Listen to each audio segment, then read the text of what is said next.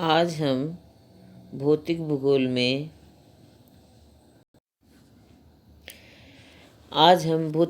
में हिमनद के कार्य तथा हिमानीकृत स्थलाकृति के बारे में अध्ययन करेंगे। जैसा कि अपन ने पवन, जल आदि की जो स्थलाकृति थी उनके बारे में अध्ययन किया, उसी तरह हिमनद भी भूपृष्ठ पर समतल स्थापना के कार्य में निरंतर रहता है। यानी अन्य कारकों के समान ये भी चट्टानों का प्रदन करता है, उनका परिवहन करता है और निक्षेपण करता है।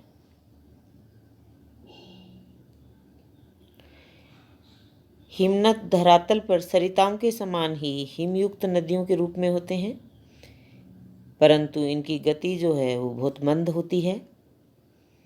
हिमनद वास्तव में हिम समूह होते हैं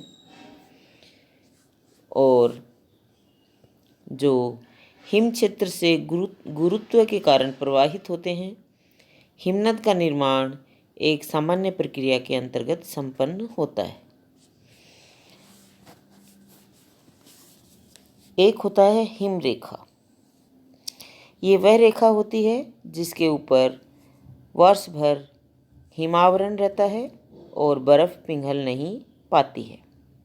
हिम रेखा की ऊंचाई भूपृष्ठ के समस्त भागों पर एक समान नहीं होकर अलग अलग होती है, यानी उसमें भिन्नता पाई जाती है।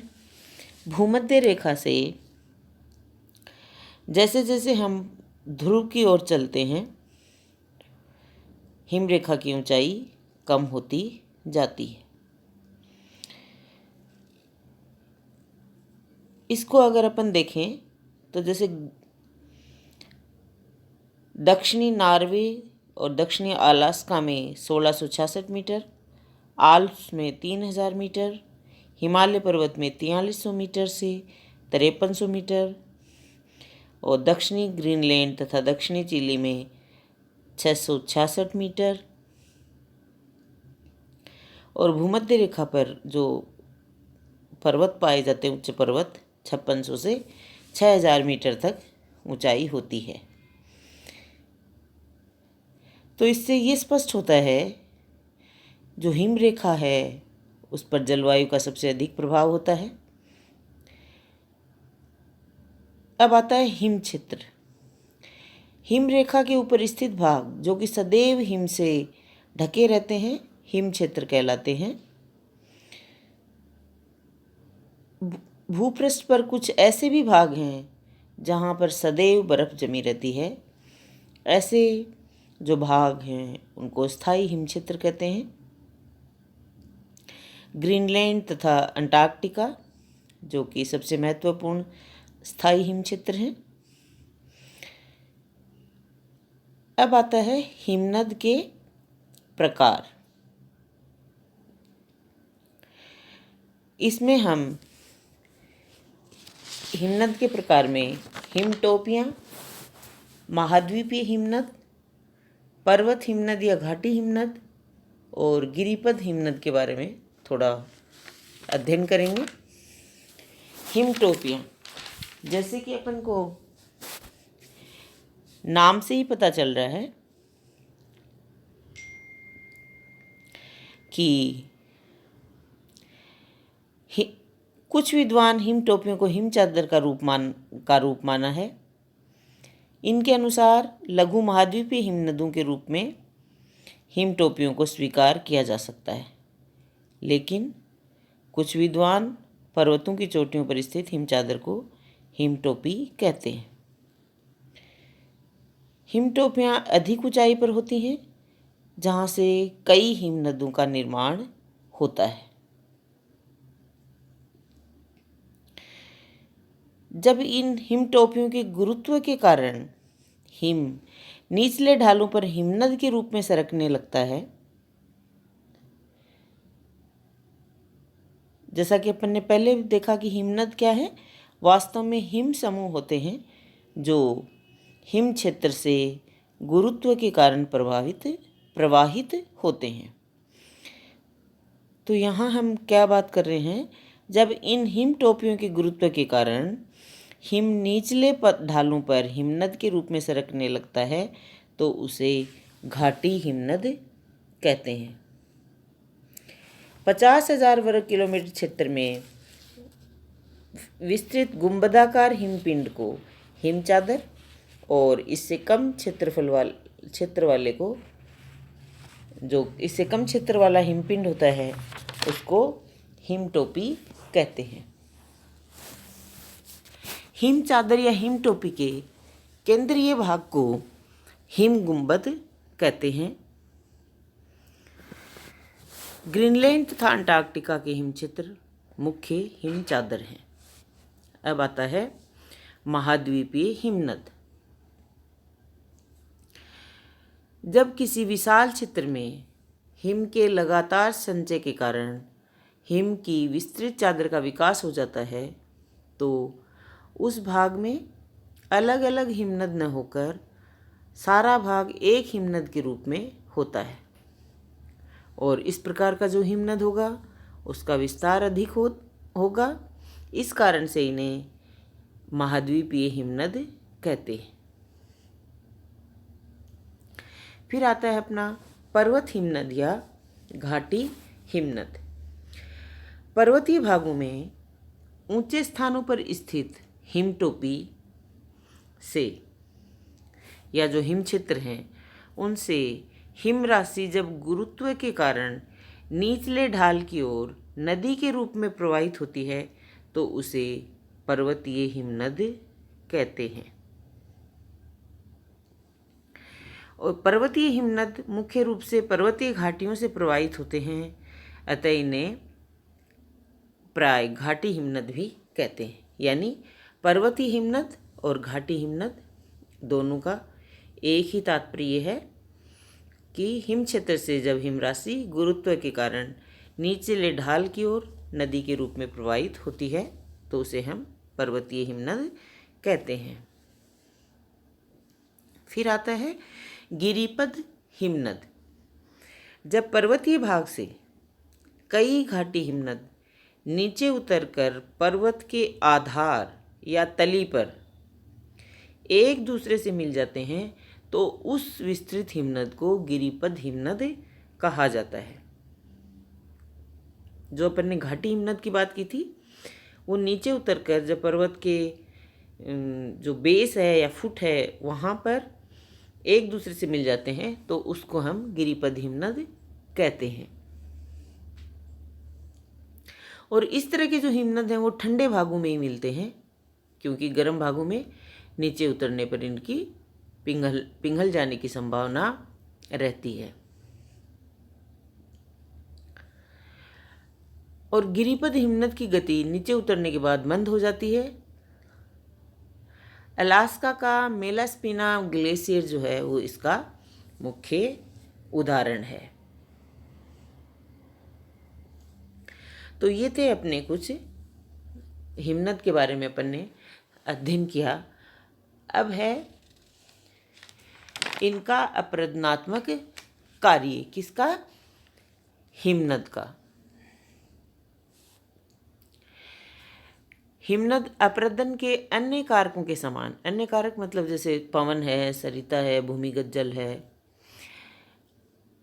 उनके समान ही मार्ग में जो आने वाली चट्टान है उनका अपरदन करता है। फिर जो पदार्थ प्राप्त होता है उसका परिवहन करता है और फिर मलबे का निक्षेपण भी करता है।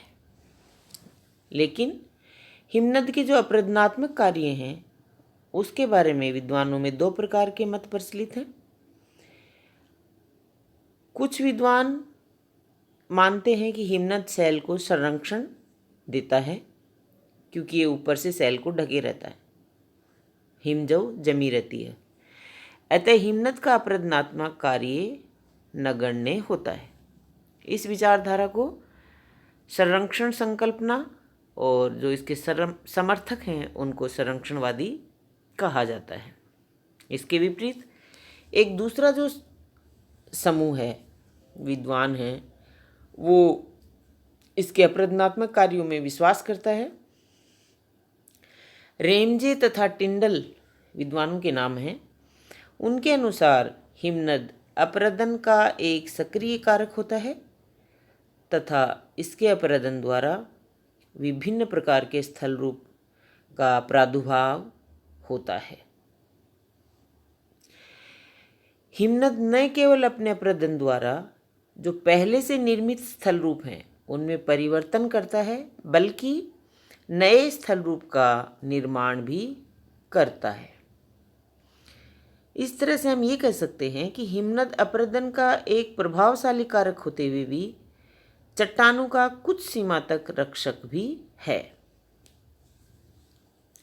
अब जो ये अपरदन होते हैं उनके कार्य जो हैं वो अनेकों रूप में संपन्न होते हैं। तो इसमें जो मुख्य हैं वो है अपघर्षण और उत्पाटन। अपघर्षण, अगर हिमनद का हिम अगर शुद्ध है, उसमें कोई अपरदनात्मक यंत्र है ही नहीं। अपरदनात्मक यंत्र मतलब कोई छोटे छोटे कंकड़, पत्थर, सैल, चूर्ण आदि, तो उसकी अपरदनात्मक सामर्थ्य क्या होगी? नहीं के बराबर होगी। लेकिन जब इसमें छोटे कंकड़, पत्थर, सैल, चूर्ण पर्याप्त मात्रा में होते हैं तो हिमनद अपरदन का एक सक्रिय कारक हो जाता है। और ये पदार्थ अपरदन के यंत्र होते हैं जिनकी सहायता से हिमनद अपनी घाटी की तली और किनारों को अपरदित करता है, और इस क्रिया को अपघर्षण कहते हैं। और हिमनद की गति के साथ ही उसमें पाए जाने वाले जो अपरदन के यंत्र हैं, कंकड़, पत्थर आदि, ये भी आगे की ओर बढ़ते हैं और जो मार्ग में पड़ने वाली चट्टान होती हैं उन पर सैंड पेपर, जिसे अपन रेगमाल बोलते हैं, उसका कार्य करते हैं, यानी घिसाव। और इन यंत्रों की सहायता से हिमनदों की घाटी की तली तथा किनारे घिसकर चिकने होते रहते हैं। यंत्र इसमें, अपरदनात्मक यंत्र इसमें क्या होते हैं? कंकड़, पत्थर। और हिमनद आगे बढ़ते हुए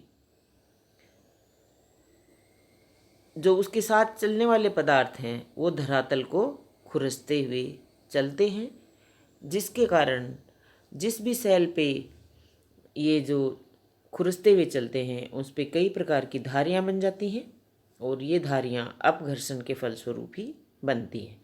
ये होता है अपघर्षण। फिर आता है दूसरा, उत्पाटन। उत्पाटन मतलब प्लकिंग या उखाड़ना या हटाना। इसमें हिमनद चट्टानों के बड़े बड़े टुकड़ों को तोड़कर उन्हें अपने साथ कर लेता है। वर्षा तथा हिम के पिघलने से प्राप्त जल चट्टानों की संधियों में प्रवेश कर जाता है और ताप की कमी के कारण जमकर हिम का रूप धारण करके फैलता है, जिसके कारण क्या होगी? चट्टान कमज़ोर हो जाती है। इस तरह कमज़ोर सैल के बड़े बड़े टुकड़े टूटकर अलग होते रहते हैं। घाटी हिमनद द्वारा इस तरह की उत्पाटन क्रिया अधिक होती है। और उत्पाटन के रूप में अपरदन द्वारा हिमनद अपने शीर्ष की ओर अपरदन करता है, और पहाड़ी भागों में इस क्रिया द्वारा आराम कुर्सी के समान सर्क या कोरी का निर्माण होता है। इस प्रकार से अपघर्षण और उत्पाटन के द्वारा अपरदनात्मक कार्य होते हैं। अब हमने पहले भी देखा कि अपरदन और परिवहन और निक्षेपण सभी प्रकार के कार्य हिमनद के द्वारा किए जाते हैं। तो हिमनद के अपरदनात्मक तथा निक्षेपात्मक यानी जमाव के कार्यों को सामूहिक रूप से हिमानीकरण कहते हैं। ये था अपना हिमनद, उसके प्रकार और वो किस प्रकार से अपरदनात्मक कार्य उसके होते हैं।